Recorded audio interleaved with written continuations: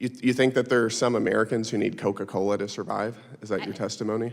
I am happy to talk about the food and nutrition You just need. don't. Do you believe that perhaps drinking sodas every day is healthy? The worst health outcome is hunger. Thank you, Mr. Chair, for holding this hearing and for your intense and steadfast work on combating waste, fraud, and abuse. We certainly appreciate it. I know taxpayers appreciate it. And thank you to the witnesses for taking the time to be here. Ms. Platanino, did I pronounce that correctly? Platanino? Okay, Platanino. Got a couple questions for you. Should SNAP dollars be spent on sodas? The purpose of the SNAPS program is to provide families to have food and beverages. Should it be spent on sugary sodas?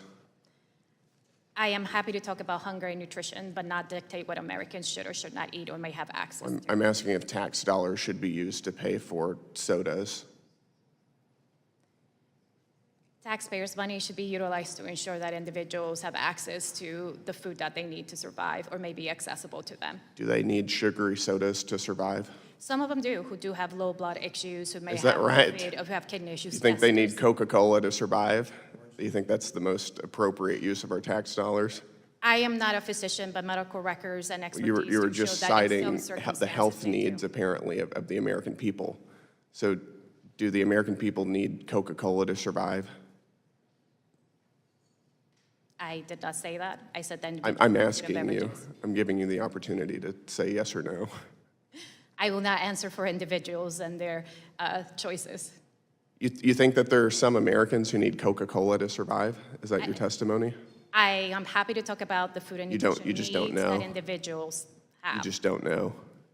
I think most people can rationally say that you don't need Coca-Cola to survive. Wouldn't you agree? I agree that we have a hunger crisis and that we need to address it, but ensuring that individuals have the food resources that they need. Got it. And one of those is sugary Coca-Cola. What does SNAP stand for? It's a supplemental nutrition assistance program. What's nutritional about Coca-Cola? I am not a nutritionist. I am a food security expert in ensuring that individuals have the food resources that they need. This is a common sense question. All of these have been common sense questions. I'm just asking you, is there nutritional value to sugary sodas?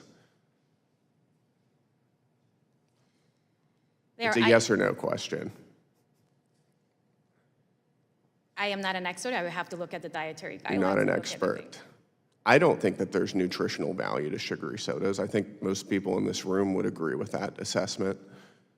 But you have no opinion? I'm here to talk about the food needs and the hunger crisis that individuals here in America are Are you facing. that ideologically dug in that you want our tax dollars paying for sugary sodas, that you will not, in a straightforward way, admit that sugary sodas are not healthful for the American people?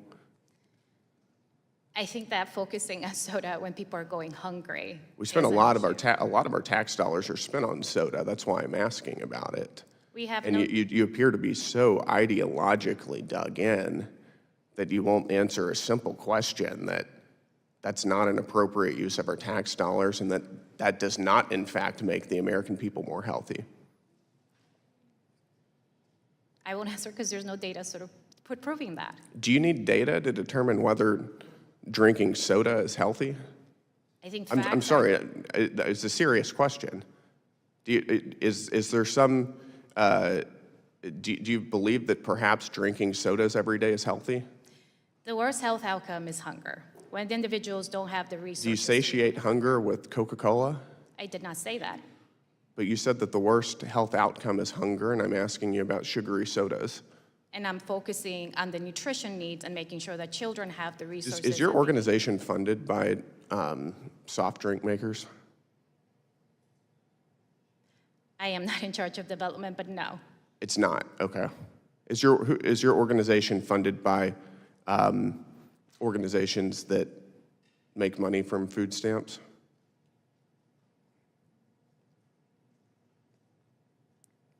Do organizations who profit off of food stamps fund your organization? businesses? I mean, I can't comment to that. Happy to talk about the research that needed. Does General Mills fund your organization?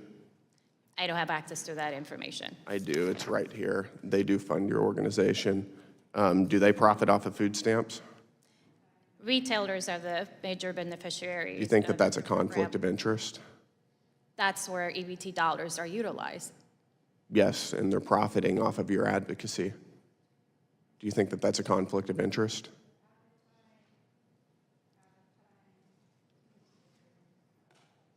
I think most people think that's a conflict of interest. I know you don't want to answer. My time is up. Thank you, Mr. Chairman. Thank you, Mr. Gill. Mr. Jack, you are recognized for 5 minutes. Thank you, Mr. Chairman. Thank you very much as well for convening this hearing. I want to start my line of questioning with Mr. Walk. Thank you for your testimony. And I know that my colleague, Mr. Fallon, covered this briefly, but I understand that by the direction of our Secretary of Agriculture, Brooke Rollins, the USDA requested SNAP participant eligibility data from all 50 states to ensure the benefits are being dispersed properly, but only 29 states have released that data. And I was hoping you could illuminate for this committee why you believe the 21 states who have not yet released that data have not done so. Well, I can't speak to the USDA's request. I can speak to my own OIG's request for state SNAP data. So about a year ago, we asked for the top 10 states in terms of SNAP spending for their participant data because we wanted to do an evaluation of the integrity and quality of that data, especially as it touched. In today's explosive House hearing, Representative Brandon Gill challenged a witness over whether taxpayer-funded SNAP benefits should be used to purchase sugary sodas. What started as a simple yes or no question quickly turned into a tense exchange about nutrition, government spending, corporate influence, and billions of dollars in potential fraud within the food stamp program. As the hearing continued, lawmakers uncovered shocking claims involving luxury vehicles, missing eligibility records, and growing concerns over waste and abuse. The hearing immediately became tense when Representative Brandon Gill asked a straightforward question: should SNAP benefits, commonly known as food stamps, be used to purchase sugary sodas? Instead of answering directly, the witness argued that the purpose of SNAP is to ensure families have access to food and beverages without government officials dictating what Americans should or shouldn't consume. Gill wasn't satisfied that he narrowed the question even further. Should taxpayer dollars pay for sugary soft drinks? The witness suggested that some individuals with certain medical conditions might need sugary beverages, but stopped short of saying Coca-Cola itself was necessary. Gill repeatedly pressed for a clear yes or no answer, insisting that most Americans would agree soda isn't essential for survival. The questioning only became more intense. Gill reminded the witness that SNAP stands for the Supplemental Nutrition Assistance Program, but he then asked perhaps the most memorable question of the hearing. What exactly is nutritional about sugary soda? The witness repeatedly stated she wasn't a nutrition expert and preferred not to answer questions outside her area of expertise.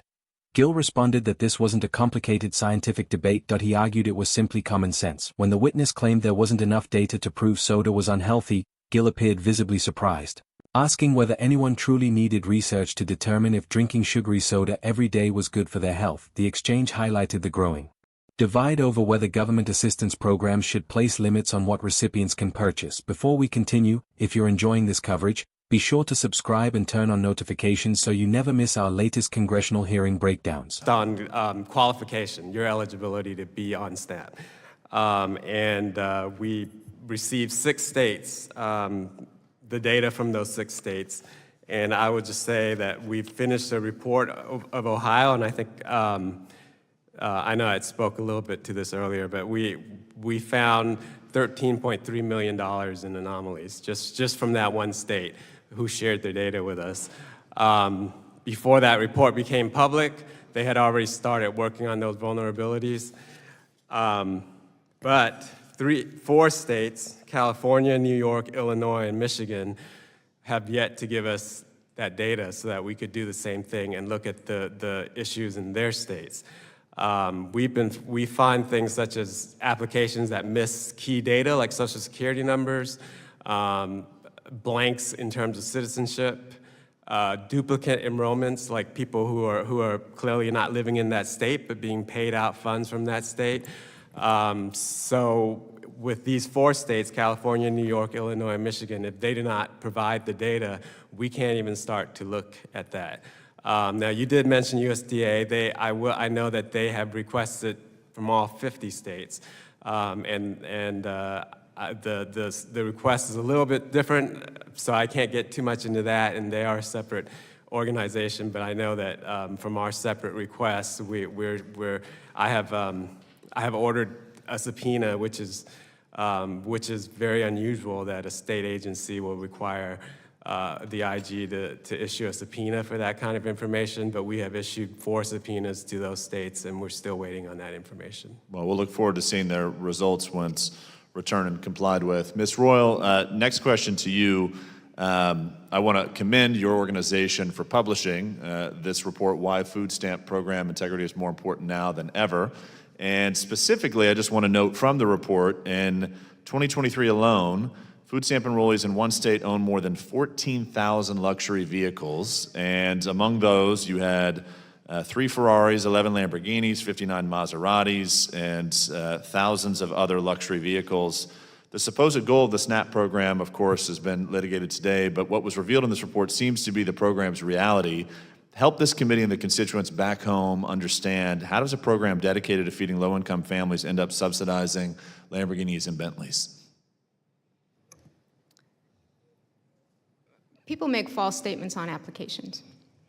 And there is very little access to technology for states to verify that information before benefits are issued.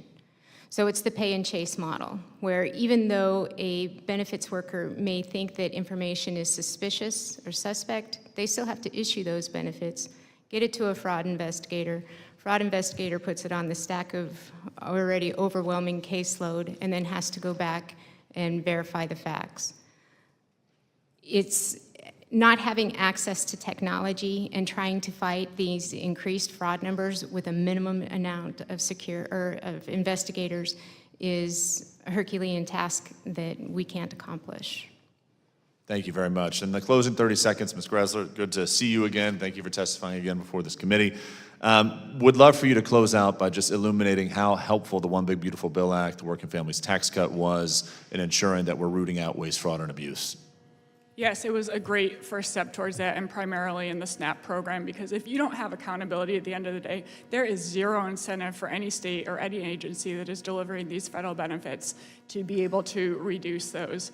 And we can't accept, as a cost of business, having up to $500 billion per year in fraud just so that we can make it easier so that those who are actually eligible for these programs will receive them. You have to go after that. There is no private sector business that could stay in business if it accepted the level of fraud, waste, and abuse that's going on now. Very well said. Mr. Chairman, my time's up. Before I yield back, if I could enter into the record why food stamp program integrity is more important now than ever, this report at your will, sir. Accept. Gill then shifted the discussion toward potential conflicts of interest. He questioned whether organizations advocating against restrictions on SNAP purchases receive financial support from companies that profit from food stamp spending. When the witness said she didn't know who funded her organization, Gill revealed documents showing that General Mills was listed as one of its contributors. He argued that corporations benefiting from SNAP purchases may also benefit from advocacy opposing reforms. Although the witness declined to comment on whether that represented a conflict of interest, Gill suggested many taxpayers would find the relationship concerning. The hearing then shifted to oversight of the SNAP program itself. Lawmakers heard testimony that investigators found millions of dollars in questionable payments after reviewing state records. Witnesses also described applications missing Social Security numbers, duplicate enrollments, incomplete citizenship information, and states that have yet to provide requested eligibility data. Perhaps the biggest surprise came when lawmakers cited reports claiming that thousands of SNAP recipients owned luxury vehicles, including Ferraris, Lamborghinis, Maseratis, and Bentleys. Witnesses argued that outdated technology and limited fraud investigations have created a pay-first, investigate-later system, allowing billions of taxpayer dollars to be vulnerable to fraud each year. The hearing concluded with lawmakers calling for stronger oversight, improved verification systems, and greater accountability to ensure benefits reach the Americans who truly need them. This hearing revealed 2 competing visions for the future of SNAP. One side argued that restricting purchases could undermine access to food for struggling families, while the other insisted taxpayers shouldn't be funding products with little nutritional value and demanded tougher safeguards against fraud. What do you think? Should SNAP benefits continue to cover sugary sodas, or should Congress place new limits on what taxpayer-funded assistance can purchase? Let us know your thoughts in the comments below.